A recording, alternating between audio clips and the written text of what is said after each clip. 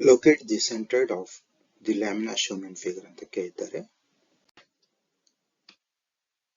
ಇದು quarter circle ಅನ್ನ 1, ಇದು ಸೆಮಿ ಸರ್ಕಲ್ ಅನ್ನ 2 ಅಂತ ನಂಬರಿಂಗ್ ಮಾಡೋಣ. Quarter circle area π/4 into radius 200 square. Area ಇಷ್ಟು ಬರುತ್ತೆ. ಕ್ವಾರ್ಟರ್ ಸರ್ಕಲ್ ಏರಿಯಾನ ಇಲ್ಲಿ ಬರೆಯೋಣ.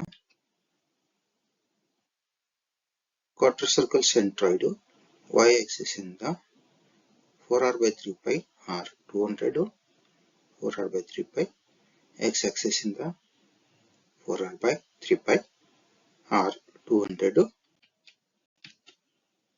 ಸೊ 84.871 mm ಬರುತ್ತೆ. ಎರಡು x1 ಮತ್ತೆ y1 ಎರಡು 84.871 mm ಬರ್ತವೆ.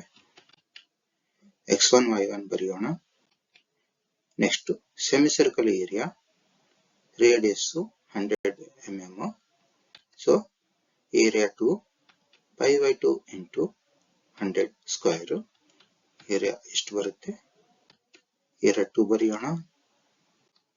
Next centred of semi circle y axis ಇಂದ ರೇಡಿಯಸ್ y ಆಕ್ಸಿಸ್ ಇಂದ 100 mm ದೂರದಲ್ಲಿದೆ. x ಆಕ್ಸಿಸ್ ಇಂದ 4r/3π, ಇಲ್ಲಿಂದ ಇಲ್ಲಿವರೆಗೆ 4r/3π r 100.